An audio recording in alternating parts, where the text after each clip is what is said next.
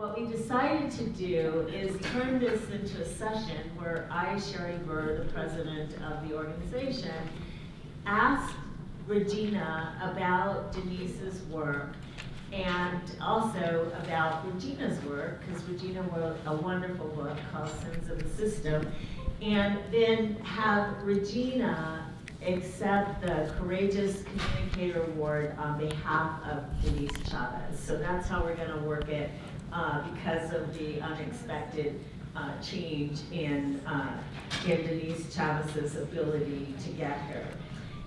Oh gosh, I forgot. And this is a reminder. This is Mom. I'm just going to say hi, Mom. I'm in session. Can I call you back? Okay. Thank you. Hi, Mom.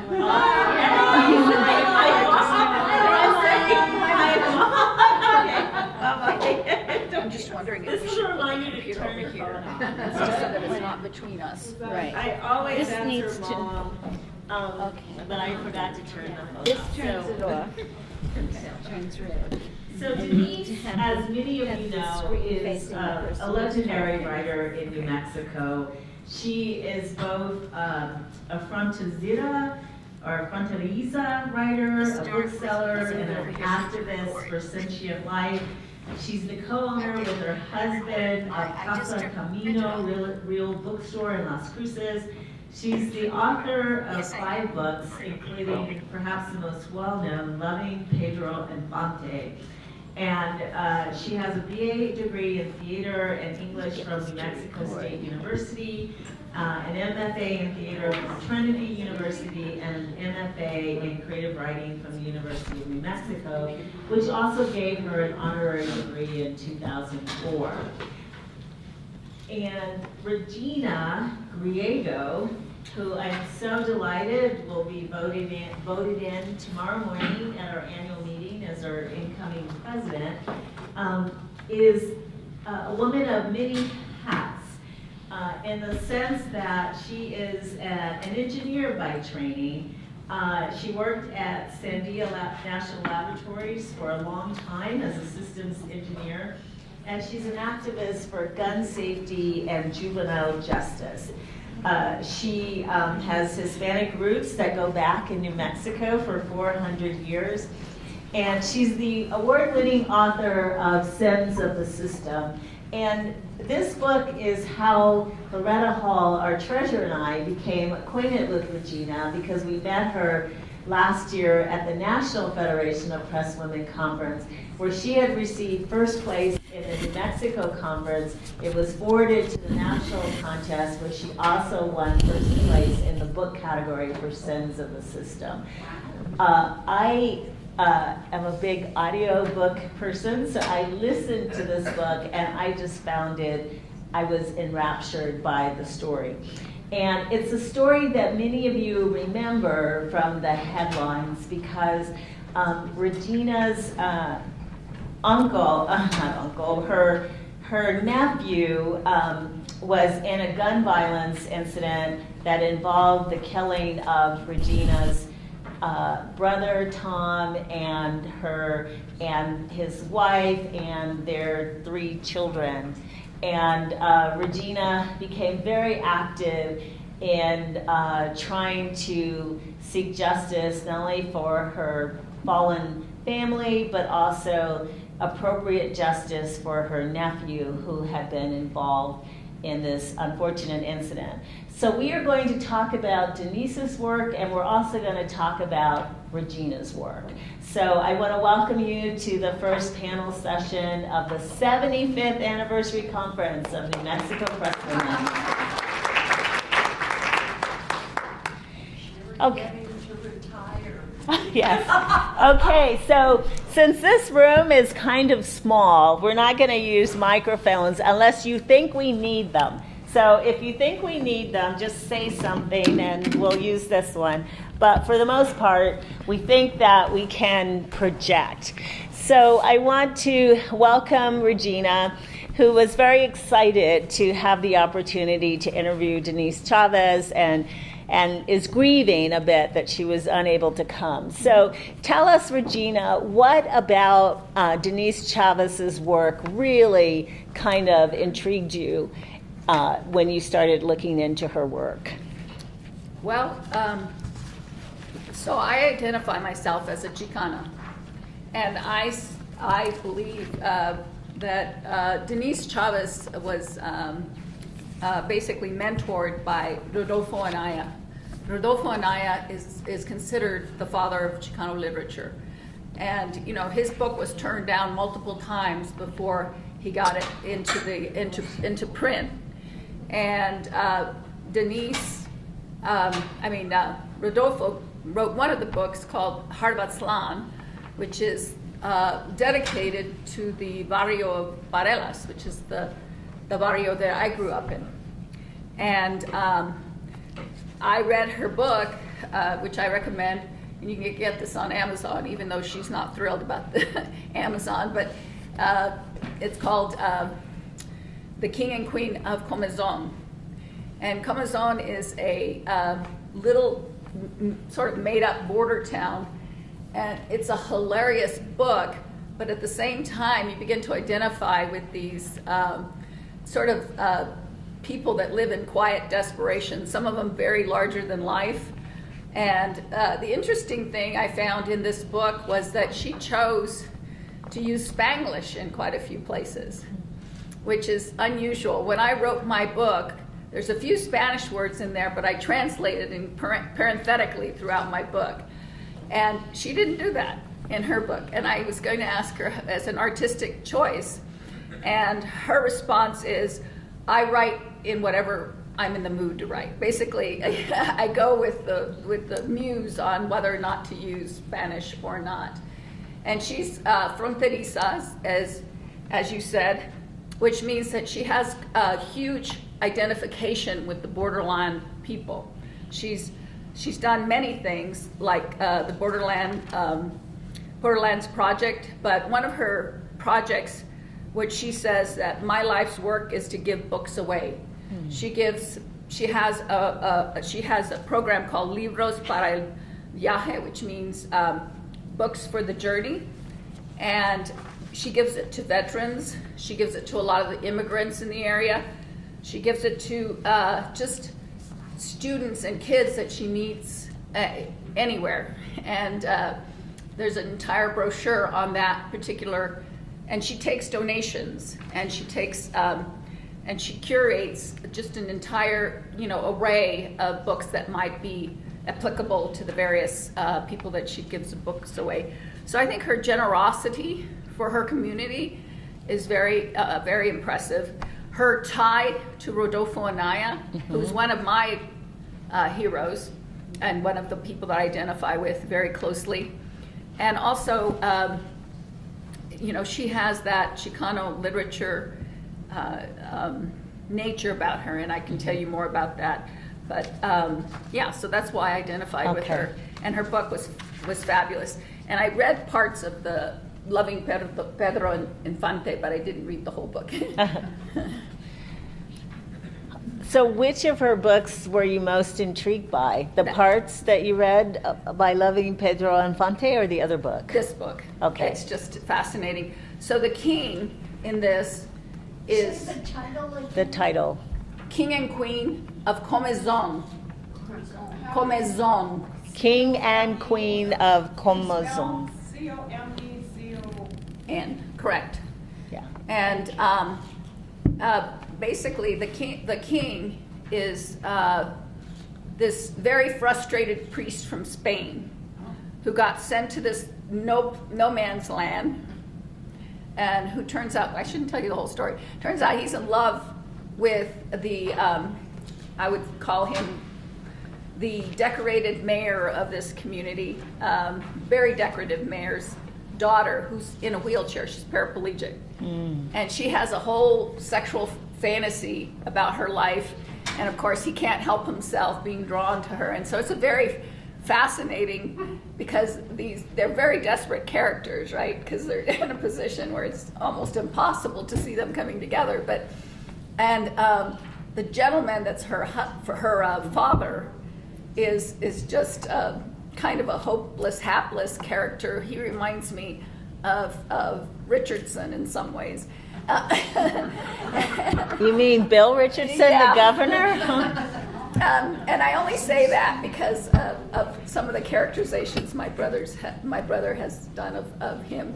But they're El Rey, which is the king. He acts as if he's, a big persona. He's got a very large persona, and he dresses very almost mariachi-like, and he's just an interesting character. So I highly recommend this, only because you'll chuckle in a lot of places, and at the same time you get an appreciation of the human condition.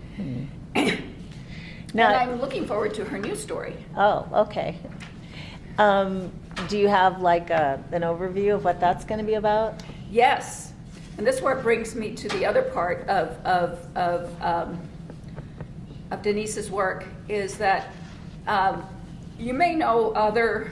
So it's called Street of Too Many Stories, and there's a brochure of it right there that she gave me, and it's a work of love that's been in process for a long time, and it gives the narrator in the story is Encantado Street, the street itself, and it's telling you stories about the various characters that have passed through it, many of them homeless, right, and desperate, or in one way. And the interesting thing, which reminds me of some of the love, eat, pray stuff, is the things that concern them are the mundane things that often concern us. Our relationships with our mothers-in-laws or our parents, our drama with our children, and those kinds of things. And the narrator, like I said, is Encantado Street. And it's that notion of magical realism that creeps into it. Magical realism is this sense that there's an invisible other just outside of our perceptions.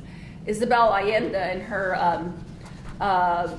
in her book, The House of Many Spirits, there's actually a movie on that whole sense that there's more going on than we perceive as humans. And that is very much a part of the Hispanic native culture. And many of the stories that you read, and in my book, I have a sequence where I'm doing a drumming journey, and and my whole goal is to figure out, or that's where the journey led me, to figure out how I can do descansos for my family, the 5 family members that died. And the Raven and Black Panther lead me through my family's house as I ask them, how can I honor and how can I honor? And What are descansos? descansos are those, you see those little crosses in the middle of the highways? It's a way of pinning the spirit to the ground. It's a memorial in our terms, how would you say, non-Hispanic terms, descansos to put to rest. And they do it where the spirit fell. So I did these descansos in the home where my family was killed.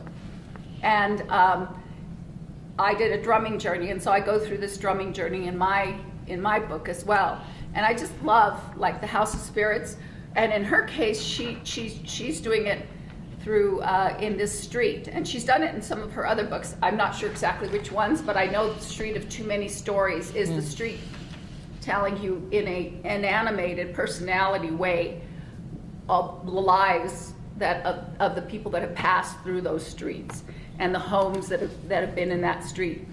But she told me that some of her, she feels like this magical realism goes back to about 1955 with a book called Pedro Paremo by Rodolfo Rufo, Juan Rufo.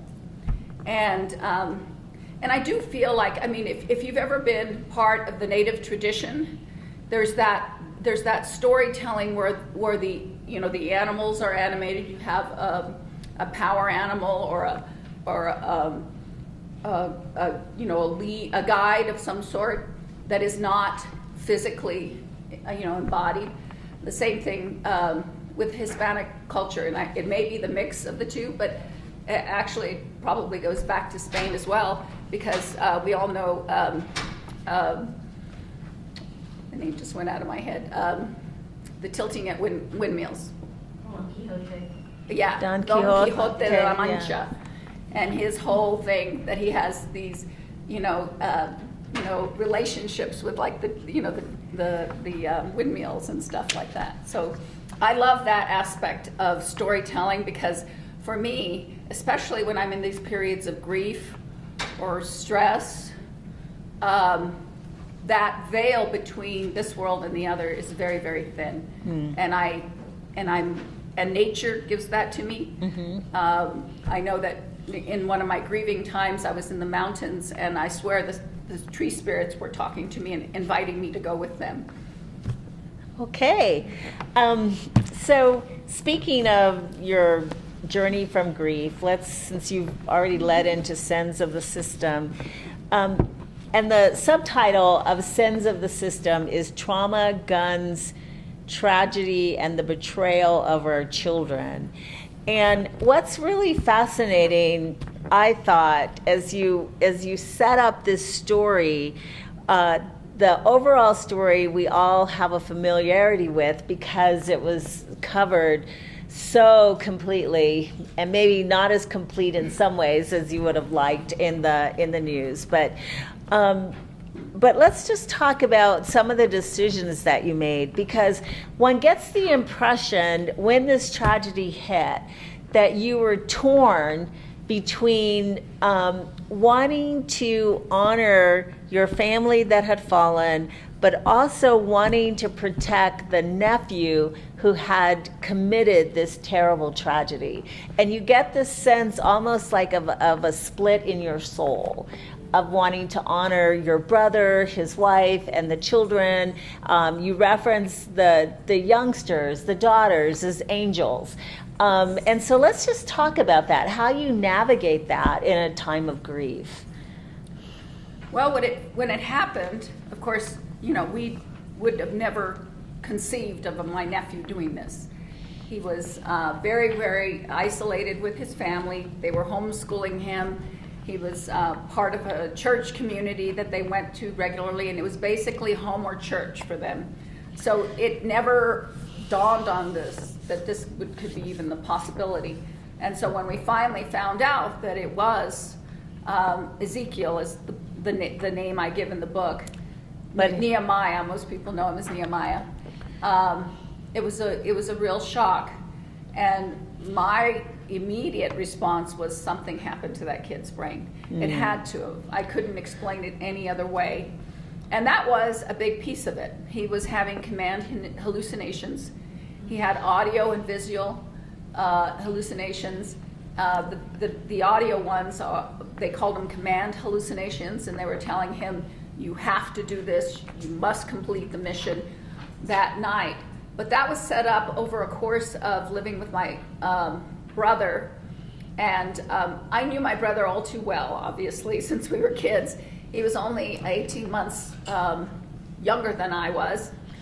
And he had a very difficult past and landed to be a pastor. So my sense was there's more going on than meets the eye. And the family initially stuck together with getting Nehemiah to tried and in the juvenile courts, even though these were, 5 murders. And we eventually had a plea deal. But for me, that notion of splitting my soul was more, I mean, a lot of people had this sense that if you supported my brother, you were against Nehemiah. And if you supported Nehemiah, you were against Greg. And for me, or for my brother, Tom in the book, sorry. And that wasn't me, because I knew the generational trauma in our family. And I think that was the biggest and hardest thing to portray in the book, was because my colleagues, I'm a fellow of a international systems engineering organization. And most of my colleagues knew nothing of my growing up in the barrio, in poverty, and all of that kind of stuff. But I laid that out so that I could, because, when you're talking to people and then the media, it was so black and white in the media. And of course it is. You killed 5 people, you killed 3 kids. What else could it be but black and white? But it wasn't black and white, and I knew that in my heart and my soul. And for me, it wasn't a decision, really. It was what happened.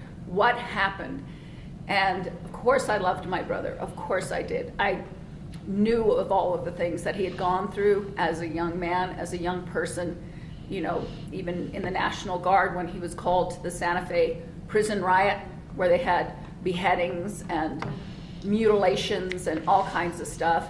And then he joined the 82nd Airborne, and then he joined gangs. And I knew his life.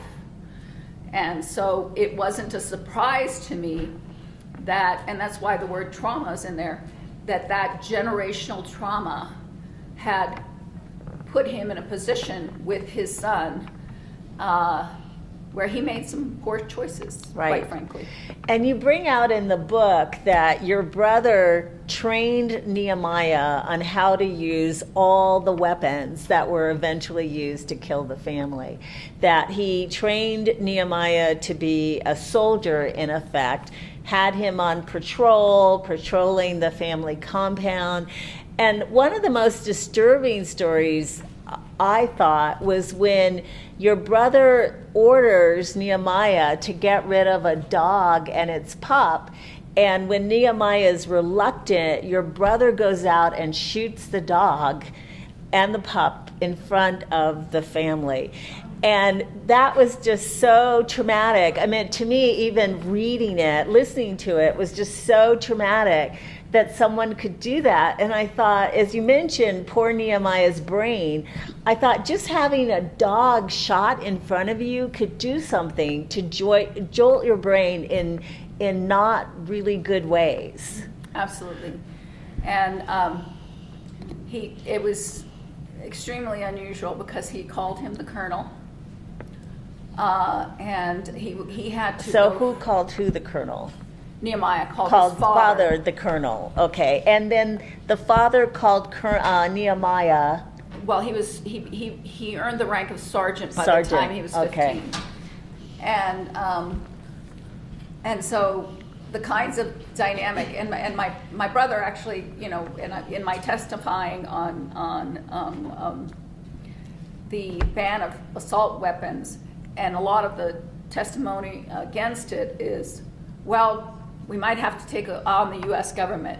And I say, that's what my brother thought, that he was going to have to take on the U.S. government. But Right. guess what? That's why he was training him in case the U.S. government showed up. The whole family had to be trained in order to fight off the government, right? Right, and or the neighbors. And he actually had, what are those things where you, burns, what are those things which you put on in case you have to lay down and shoot. Anyway, it was a very disturbing, but if you understood the trauma that my brother had gone through at the various times, he was 14 when he saw his first gang shooting and held his friend in his arms. And so that trauma gets carried forward in very But even ways. trauma before that, because there's a story in your book where you talk about the dynamics of the divorce and your mother having another boyfriend, and you're in this small house and she has a boyfriend over and the children are making some noise and she gets upset and she comes out and she throws something at your brother. Yeah, a pan at your brother. He ducked, it missed him, but he broke the window, and she blamed him for the breaking of the window. I mean, that kind of things, you could see how that would impart on your brother's soul to have those kinds of incidents coming from your lead parent. Yes, and my mom, for some reason, picked on Greg a lot. Or he just seemed to be the scapegoat, and I've always scratched my head as to what that is. He was one of the darker complected ones in the family, and in Hispanic families, you are treated better the lighter complected you are. Right, and we call this In the African American community, we call this colorism, where people the lighter you are, the more favored you're treated within the family, within the society. And so it was very interesting, and when I started reading Hispanic literature and even some of the Native literature, to hear this colorism across a lot of communities, even in India, that the lighter someone is, the more favored they're treated. Right. They get then my dad was that way too. They get the newer clothes. They get they get much more attention, and part of that is because they can go into stores and buy groceries when a lot of the darker complected kids could not do that. And of course, Mexico, and of course we were part of Spain for 250 years, and Spain had a whole hierarchy of which the Spanish from Spain were at the top. The Spanish that were born in the Americas was next.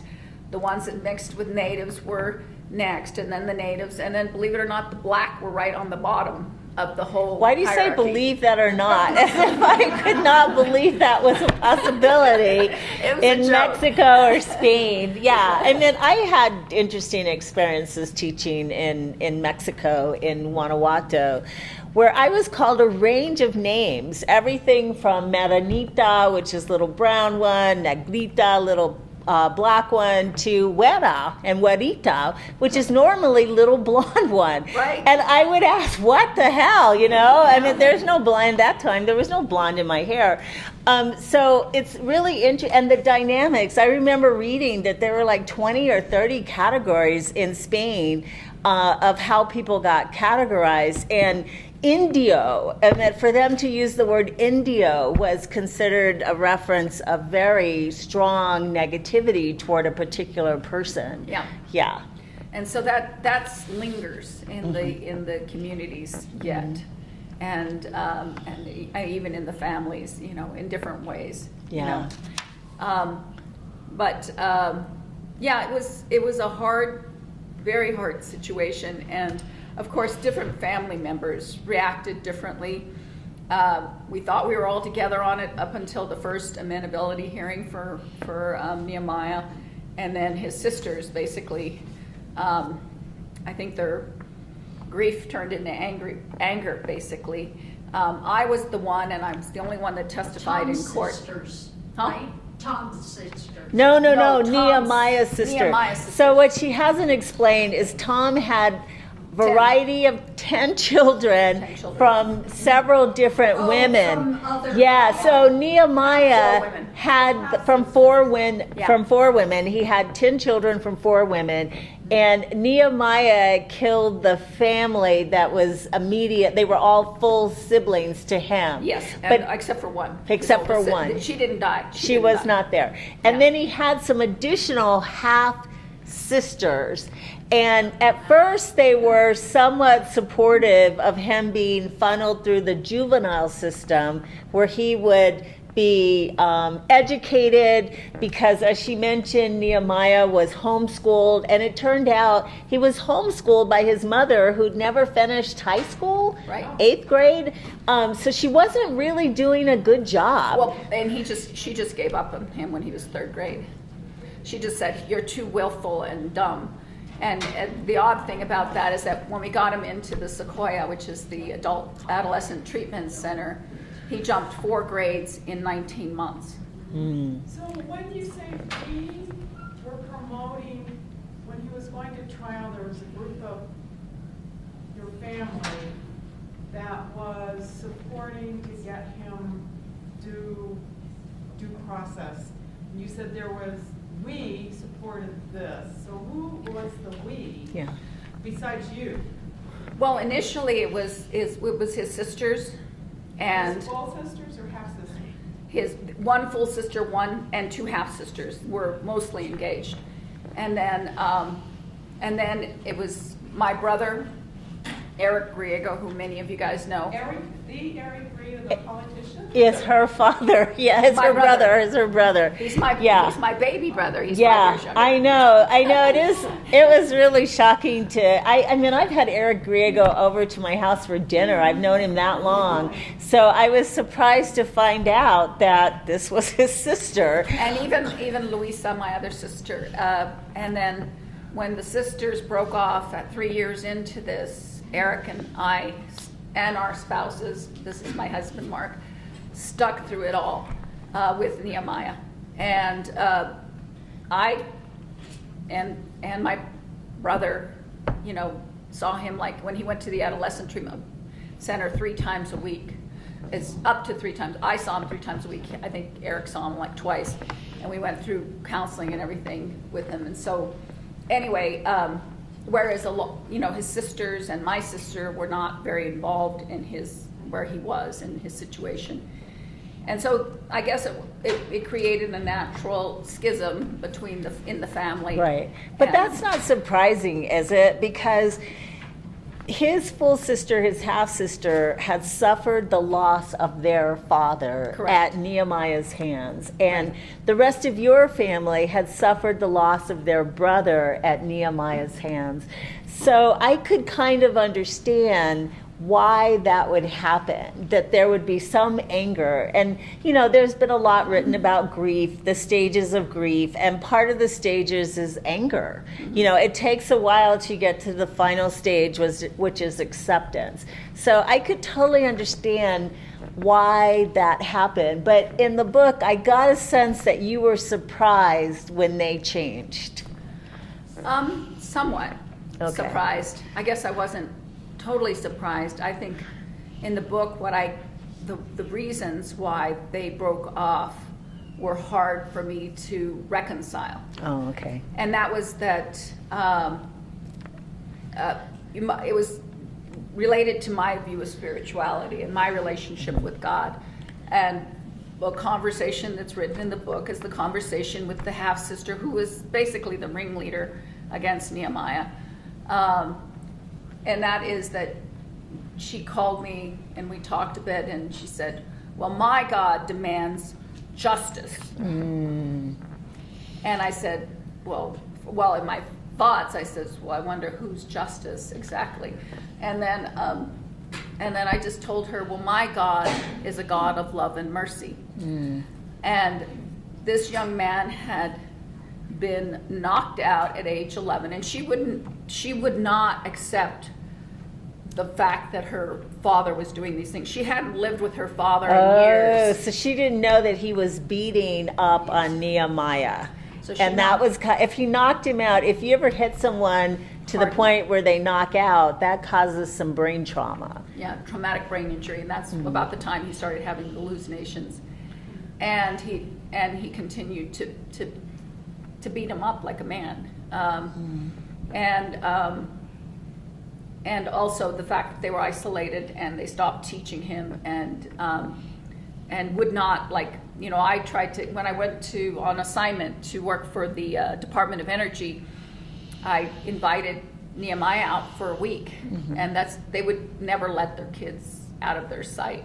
There was control. Very strong control. Yes. And so in my mind, this child was just as much a victim.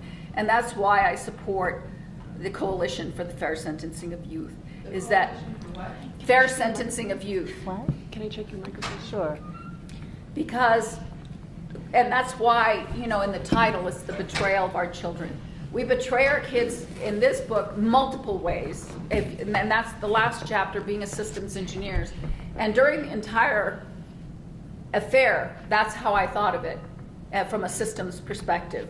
In fact, I was going to ask you to explain. So the title of the book is Sins of the System, and I wanted you to explain to our audience, what system are you referring to? Well, there's multiple systems, obviously, Okay. but the system in that, because there's also the term called system of systems. But From a systems engineer. Yeah, Yes. system of systems. The various systems that broke down were including this kid's brain. So your body is a system, right? Your family is a system. Your extended community is a system, right? The juvenile system is a system. which failed him. Our gun safety, or our safety system in our country, is failing us right now, when guns are the #1 killer of children. I mean, how can we live with that as adults in our country? Our kids are killed primarily by guns. And so that story is what I mostly tell about. And then, with brain, we have brain technology that shows that children are not mature, and that is in the best case till they're 25. The frontal lobes are not mature. So our juvenile system should keep them as juveniles till they're 25 at the very minimum, and try to help them along. That's one way we fail our children. We put our 16-year-olds in adult prison, where they are traumatized and abused. I mean, my nephew is now in North Carolina. There's maybe 4 Hispanics there, compared to a good number, like on the order of 30 black and 12 white. And so they're victimized, and he has to go with somebody else to shower. Otherwise, he could potentially get raped.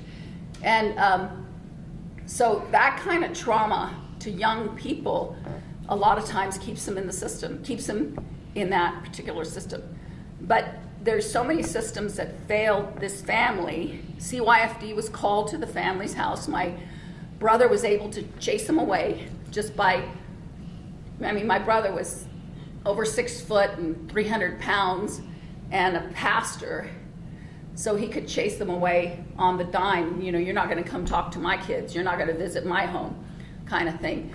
And so that's one way we fail our children, is through the juvenile system, and also guns in particular. My brother had 8 firearms, 2 AR-15s, 15,000 rounds of ammunition. Nehemiah had been trained on every one of those weapons. That's why he knew to go from a 22 to an AR-15 when he decided to shoot his dad. And his dad was his primary target. The other ones were almost, I hate to use the very, very bad term, but collateral damage to get to his father. Yeah. And so it was a very tragic event, but my response, and my response always is, and this may be my systems engineering brain or my nature, is to what can we do about this? I was taught a long time ago that, and probably through my spirituality, you don't stop to spend too much time on the why. Why did this happen? But more, what are you going to do in response to it? Yes. And I was struck by, and you probably saw that the father of one of the shooters in another town was convicted yesterday, and this was after the mother was convicted a couple months ago. And so more and more, the prosecutors have been going after the parents for not securing the weapons, or for purchasing the weapons, as this father had done, had purchased the weapons that were used in a school shooting to kill 4 children. And my first thought, as I was reading this article in today's paper about this father, is that if Tom had survived, Tom would have been prosecuted for having trained Nehemiah, for having provided the guns and the ammunition that was used to kill the rest of the family. Well, and you think about some of the cases in our city where they discover, or when the child is dead or near dead, and then they prosecute the family, right? Right. Well, in Nehemiah's case, it just went a little further than that, but then, Nehemiah doesn't get a chance. You see what I'm saying? So how do we intervene appropriately? And that's some of the things that I consider from a political perspective. How do we intervene in a non-judgmental, because my mother resisted having any support when we were young, even though we were poor. She made $7,800 the year I graduated, for 4 kids by herself. And how do we intervene? Because kids become the canary in the coal mine when they get in trouble. You know what I mean? So how do we intervene early to understand if the family is struggling? Well, but then you've just told us that the system tried to intervene, but your brother, being big and burly and having the voice of a preacher, chased them off. So what more could have been done when the system tried to Well, intervene in that family? The CYFD is obligated to talk to the children, so they should not be scared away by anybody. Oh, Well, we know CYFD is not very Right. functional. Yes. So I'm curious, you said 3 members of your family were supporting Nehemiah to get justice as a juvenile.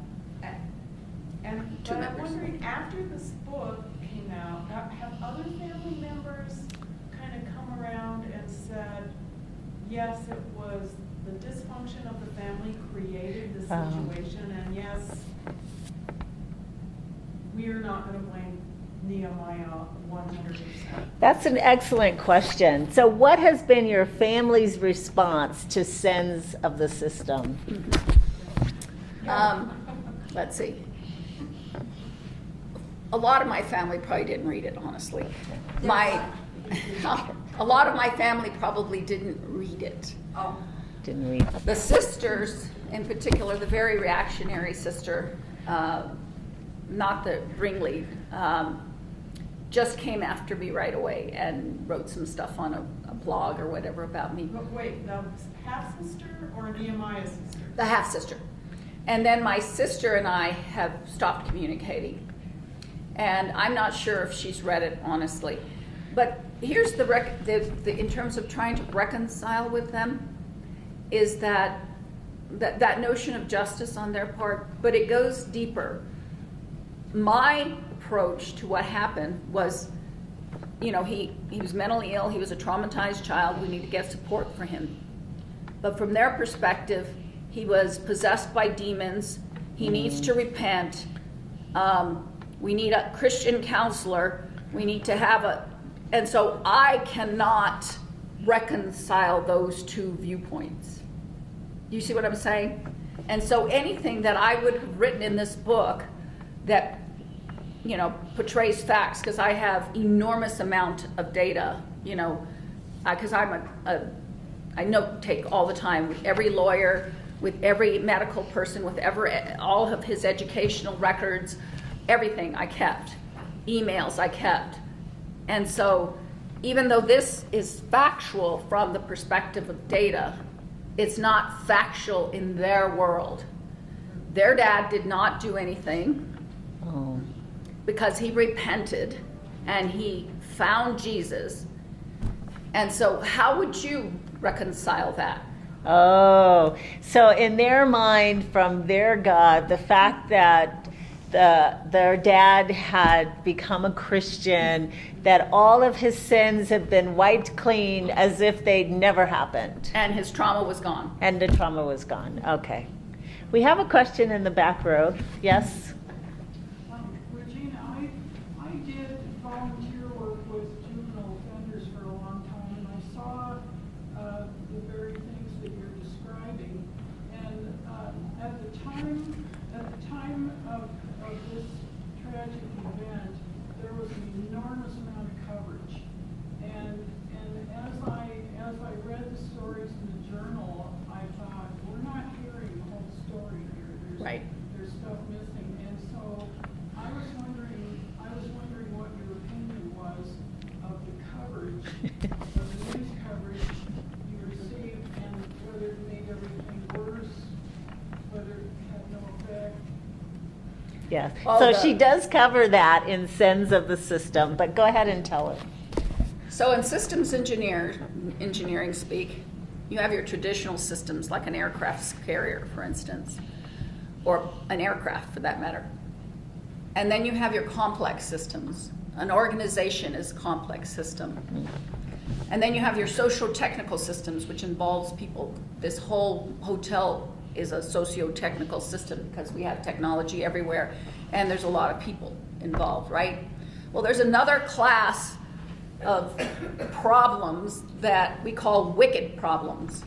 And the media is a wicked problem because it, you know, you press on one thing to try to take care of the media and something else pops up, okay? And the media was terrible in the sensationalization. And the fact of the matter is the DA has a budget for the media, right? And they have connections to the media, and they play the media. They actually started right before he was supposed to be released a media campaign based on a bogus investigation of this young man, and let all of these stuff free to the media. And there was a feeding frenzy, right? Wow. And that drove what happened after that point, that he ended up in prison. So the media coverage was very poor in general. And my brother at first wanted to change the narrative. You know, my brother, he's all about narratives. Eric, yeah. And he got on several talk shows and talked about the mental health aspect of it. But we soon learned that what they report, even based on what you tell them, is completely different. Yeah. So the media is a wicked problem. The other wicked problem is the militarization of our country. The police are militarized. The way they treated this child was, to me, horrible. I mean, Right. It was clear that he was in a mental crisis. It was clear that he hadn't slept for 48 hours. Indeed, if he had done those murders, he himself was traumatized. He was a child, for God's sakes. I know he did something terrible, he was still a child. Right. And they did not bring any adult in, even though his sister was in the courtroom at that time, even though they had my phone number. And so those are what we call wicked problems, because they're so embedded and their tentacles go, and you don't know by taking this action what reaction you're going to get, because there's all kinds of different connections. Right. So in the book, you also talk about how he's all these amenability hearings, and how he's initially treated as a juvenile. And then when he's about to be released, Governor Susana Martinez steps into the picture. So why don't you tell the audience about her role? Well, we didn't recognize it initially, but it became very clear as things went on, because she had her cabinet secretary showing up to Nehemiah's transitioning meetings, which is unprecedented. You know, we live in the times that are unprecedented, that you hear that word so many times. And it became clear over time that the AG, that the YDD, or the cabinet secretary for, what is that, for the CYD? CYFD. Yeah, CYFD. It was, basically taking orders from her. They overrode, because even when the appeal court came that disagreed with his original judgment that he was going to be, let out at 21, which to me was a terrible thing too, because we had two choices. He goes to adult prison or he gets out at 21. That's why I say juvenile system should go at least till 25. Anyway, but they gave it back to that same children's court judge, who is Romero. He is beyond reproach in the children's courts. And they made him recuse himself. And that was a very deliberate thing. And the last day where they were accusing him of talking to one of the defense witnesses, the whole courtroom was full of DA office people and the AG's office people. I mean, we couldn't even hardly sit in the courtroom when we had plenty of room before. It was clear, very clear. And then they launched that crazy police investigation that this child was not going to get free because they got the order from the governor. And my brother, who knows politics very well, started to see the connections. Oh, yeah. More than I did. Right. Yeah, and I think it's interesting that trauma is one of the first words in the subtitle, because it seems like there's multiple levels of family trauma. There's Nehemiah, who was traumatized by Tom, who was traumatized by his family, and then once the incident happens, you and Eric and your siblings are traumatized by this whole situation, how Nehemiah is treated through the court systems. I mean, it was pretty shocking that they would interview a 15-year-old with no adult present. I mean, that as there were lawyers in the room, and that would be that would be grounds to throw out the whole case almost. Right. That they would interview a 15-year-old with no adult present. So it just seems like the whole book just radiates with levels of trauma. Absolutely. And if you have any notion of the term epigenetics, who knows what epigenetics is? So these kinds of traumas echo in families for at least 3 generations, and that's if you don't further traumatize. So that's one of the things that, they study, especially in poorer communities, is the amount of trauma that's carried on from generation to generation. And it's hard. I mean, I'm the survivor membership lead for New Mexico Moms Demand Action.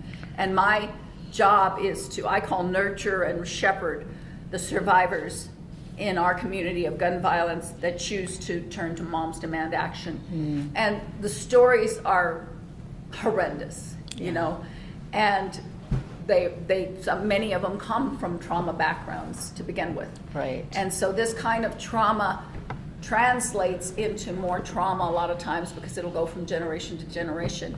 And I say in the book, when I was pregnant with my 3rd child and I learned about adult children of alcoholics because my dad was an alcoholic, I said, this ends with me. This ends with me. And that's basically where you have to get to in these kinds of lineage systems that happen. And there's a great book that I read a long time. It's called Healing the Shame That Binds You. And it talks about, almost mirror generation after generation, the mom getting pregnant before she gets married, that, the certain people are in prison, it just like, you have to look at that trauma in your own family, but also try to help people to stop it in generational trauma. Yes. Okay. Questions? Okay. Yes. Judy Avila. Do you have an opinion about why there would be a group of politicians who would want this child punished as opposed to being treated? I'm wondering, where does the advantage come from? Certainly they have the power, but what are they thinking the advantage is going to be to the people or the state in not recognizing what led this child to the life that they actually ended up ruining for themselves and 5 others? Have you ever heard of Tough on Crime? Yeah, that's Of who? Tough on Crime. Susanna Martinez, she is tough on crime. Oh, yeah, she I've was heard the of prosecutor, Tough on Crime, of course. right? Until she had those vodka martinis on the, but she was the prosecutor who was tough on crime. So it's all about getting reelected. Unfortunately, that's one of our very short-term goals. And of course, Always, if they'd have let this young man go, the media would have gone nuts, and a lot of people would have gone nuts. My husband and I were working on a plan to have the director of YDDC meet us in an unknown disclosed location where we would then carry him over to Colorado and spend several months in Colorado and probably set him up in Colorado because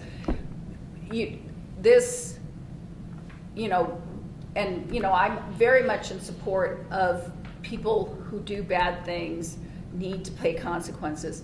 And I wish there was a system in which this juvenile could have gotten continued treatment. In fact, the judge said that had there been some services for him up to age 25, she would have opted that direction. But the fact of the matter is, and that's why I named it the way it is, the betrayal of our children. We have to support our children. There's got to be a different path for our children. And some of these children, some of the stories I hear is that some of these children are engaged in racketeering with adults being the ringleaders. Right. And, like I said, the brains are not developed. I mean, it's no secret why we use 18-year-olds to go to war. Because they're easier manipulated. Yeah. Okay, we're going to let Julie, our National Federation of Presswomen president, who's joining us this weekend, have the last Oh, question. I'm so glad you're here. How and when did you decide to write the book? How and when did you decide to write Sins of the System? I had the impression you were taking notes all along. Well, not too long after the event, I think within a year, I started thinking about it. And then I met this, it was a very serendipitous. I always pay attention to serendipity and synchronicity. And a woman walked into Flying Star at the same time I did, and she was putting up a little thing on the tack board about writing classes. And so I said, I'm interested. And so, writing group, I think it was. And so I started thinking about it then, but I had thought of being a memoirist for about 10 years now. But my first book was going to be on my journey as an engineer. So I started writing a little bit, but I left it because that was before all the outcomes happened. And I was going through a lot of trauma through the hearing process and what was going on with Nehemiah. So it prolonged. And then COVID seems to be magic. Was the time where I picked it up and got serious about it and joined a group that Leonie's a part of, Steve Harrison, a writing course and how to publish and everything like that. And then I just finished the book then. And I had my brother read the manuscript. He's a lot more private. Yes. And so it was a big deal for him that I Right. released this. And we have a very tight relationship. But it strained it a little bit, but we're okay. still very, very close. But you're communicating. And you mentioned serendipity, and I think that there is a serendipity moment here in that Denise Chavez was not able to attend because of her transportation difficulties, that the audience got to know you and your work as the incoming president of New Mexico Presswomen. So I want to conclude this. This was supposed to be an effort to honor Denise, and we were going to give Denise Chavez the Courageous Communicator Award for her prolific authorship, which showcases the breadth and depth of Hispanic literature. And Regina is accepting this on her behalf and will be mailing it to her. Thank you, Regina. If I don't take it to her person. Yeah, all the better. All right.